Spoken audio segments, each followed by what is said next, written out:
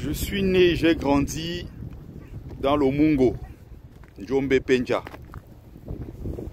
Nous sommes les enfants du Mungo.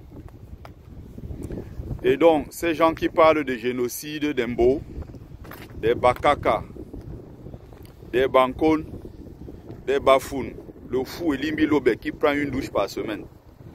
Ce grand malade qui est sur nos plateaux pour répandre la haine, qui nous explique. C'est quel genre de génocide dont vous parlez? Le génocide s'est produit où? C'était en quelle année? Où sont les victimes?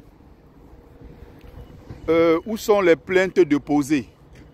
Les plaintes déposées par les Mbo, les Bakaka, Bankon et autres sont déposées où? Elles sont pendantes devant quelle justice? Ou au Cameroun? Les noms des villages, qu'on donne les noms des villages, qu'on nous sorte les témoins oculaires, qu'on nous donne toutes les preuves qu'il y a eu vol de terre ou de quoi que ce soit dans le Mungo. Je suis un enfant de là. Donc on a grandi avec les gens qui étaient de là-bas et tout, qui sont de là et qui on n'a jamais eu de soucis de quoi que ce soit. Il y a des gens qui sortent de d'Ibombari, par exemple, qui viennent jusqu'à Njombe, qui viennent à Loum, qui viennent à Mbanga. Parfois, d'autres sortent de Yaoundé. Ils viennent chercher du travail dans le Mungo. Donc, ils ne connaissent pas le Mungo. Ils ne connaissent pas l'histoire du Mungo. Ils ne savent même pas, ils ne savaient même pas sur la carte comment situer le Mungo sur une carte du Cameroun avant d'y arriver, avant de s'y installer. Comme il y a des grandes entreprises là-bas, généralement agricoles, ils viennent pour travailler. Mais comme il s'appelle Essomé, il s'appelle, je ne sais pas, Dipanda, ou il s'appelle Moukoko, je ne sais pas. D'autres viennent même carrément loin de Douala et tout. Ils viennent de Douala pour venir dans le Mungo s'installer. Et ils arrivent, ils disent maintenant qu'ils sont autochtones. Les Bamileke doivent rentrer chez eux parce que c'est eux les autochtones. C'est souvent très drôle parce que quand tu leur demandes maintenant, posez-leur la question. Ok. Tu es autochtone d'où dans le Mungo? Ton village était où? Donne le nom de tes ascendants, tes ancêtres, tes grands-parents qui étaient installés dans ce village. Le village se situait où?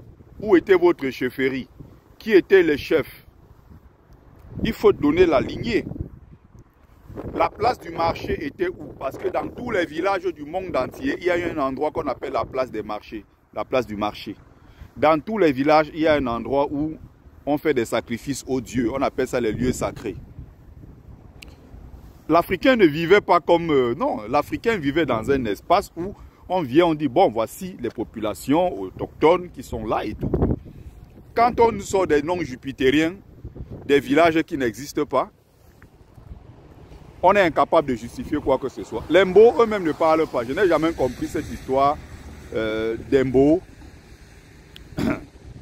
Plutôt, dans le Mungo, tout au contraire, beaucoup de Bamileke qui étaient déportés dans ces régions et certains qui sont arrivés volontairement pour chercher du travail, d'autres qui sont arrivés parce qu'ils fuyaient la guerre. Il faut rappeler que la présence des Bamileke dans le Mungo date de 110 ans à 111 ans minimum. Je dis bien minimum 110 à 111 ans, leur présence dans le Mungo. Donc même avant qu'on ne parle d'indépendance du Cameroun, avant qu'on ne parle de quoi, les Bamileke étaient déjà présents dans ces zones-là. Beaucoup d'ailleurs ont travaillé dans des anciennes plantations allemandes. Il y a des villages entiers dans le Mungo qui ont été créés, fondés par des Bamileke. Je vais prendre l'exemple simple d'un Kapa qui a été fondé par un Tchang qui était venu s'installer.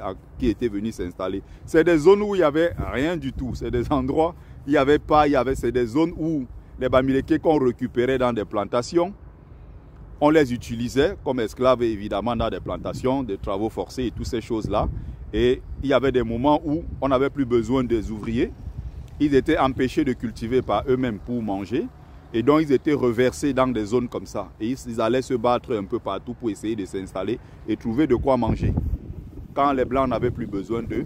Et aussi certains grands cultivateurs qui étaient dans la région du Mungo, qui étaient d'ailleurs des immigrés qui venaient de Douala pour venir s'installer, puisque les mêmes disent que non, ils sont les peuples de l'eau. Mais en même temps, ils revendiquent Konsamba. Il n'y a pas l'eau en Konsamba. Je ne sais pas ces délits qu'il y a dans la tête de ces gens. Je ne sais pas ce qui leur arrive.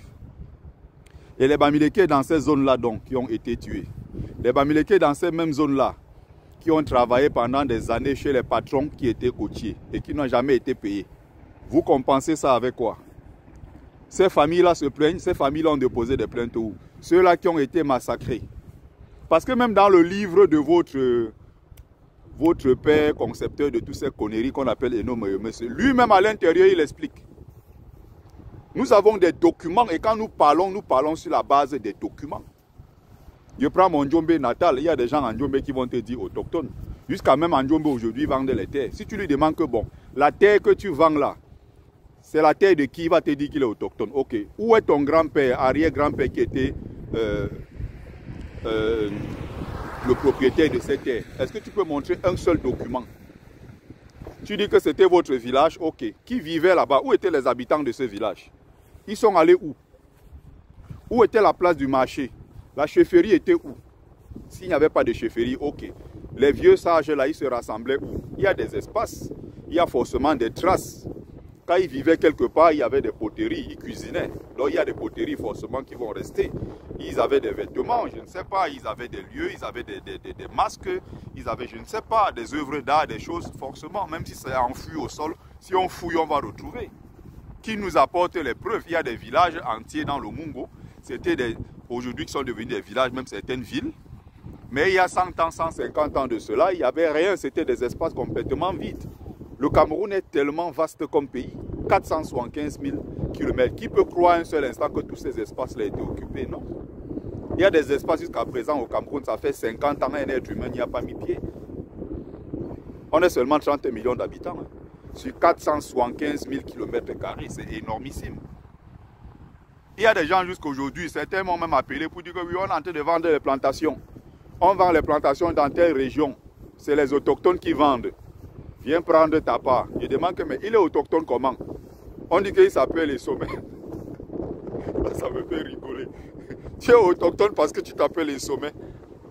Donc, comment on dit les sommets? On dit, ah bon, c'est le Mungo. Bon, il est autochtone. Il est autochtone en Djombe comment? Son village était où en Djombe? Il dit qu'il est autochtone à Loum parce qu'il s'appelle Dipanda. Bon, ton village était où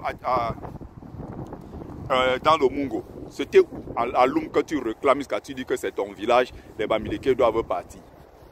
Ton village était où là-bas? Il ne peut pas te dire. Vous comprenez? C'est-à-dire que beaucoup souvent sont dans des bavardages.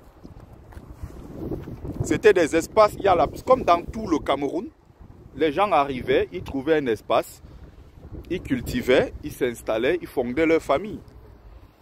Donnez-moi le nom de quelqu'un au Cameroun, il y a 120 ans, 130 ans, qui avait un titre foncier. Les titres fonciers, c'est des choses qui sont récentes. C'est récent les affaires des titres fonciers. Même ceux qui disaient à l'époque qu'ils avaient des terres, ce n'étaient pas des terres immatriculées avec un titre foncier connu. On se mettait ici, on disait, bon, tel village se limite vers l'autre côté là. Parfois, on te dit après le rocher. D'autres te disent après le cours d'eau. Si le cours d'eau, ça sèche après. Ou l'autre te dit, il y a tel arbre. Si l'arbre là est coupé après, ce qui continue là, c'est où? Ces choses-là, c'est récemment qu'on a commencé à avoir des vrais tracés avec des titres fonciers et les gens se font la guerre sur des conneries. Où sont donc les victimes qu'ils parlent du Mungo, qu'ils portent plainte contre ces Bamileke, qui montrent à quel endroit leurs villages ont été spoliés, leurs terres ont été spoliées, qu'ils montrent ces endroits. Et les Bamileke qui occupent ces endroits-là, qu'on nous montre l'endroit, s'il y a des plaintes à déposer des plaintes, qu'on aille au jugement et qu'on voit qui va gagner à la fin. On a pris le village de qui? À quel moment? Il y a juste des haineux. Plutôt, je disais tout à l'heure, tout au contraire dans ces zones-là, beaucoup de Bamileke ont été massacrés dans ces zones. Beaucoup de Bamileke ont été faits esclaves dans des plantations dans ces zones-là. Jusqu'en allant dans le sud-ouest, à Tombel là-bas. Les Bamileke là-bas ont été massacrés. Les Bamileke qui fuyaient les massacres à l'ouest, en Konsamba ont été rattrapés. À Loum Chantier ont été rattrapés et tués. À Tombel rattrapés. Il y a beaucoup de crimes contre les Bamileke dans le Mungo. Certains qui soulèvent même ces sujets-là font exprès parce qu'il est question de couvrir un autre crime. Nous allons sortir des dossiers. Tous ces dossiers-là seront jugés le moment venu. Même le problème des espaces, des terres et toutes ces divisions qu'il y a eu et tout. D'autres sont autoproclamés autochtones. Autochtones d'où et de quoi? À partir de quel moment? C'est souvent des choses qui me font rigoler. Le Cameroun, c'est un très beau pays. Mettons-nous ensemble pour bâtir ce pays, ensemble. Alors, ce qu'il y a lieu de faire, c'est bâtir ensemble. Et pour bâtir ensemble, il faut quoi?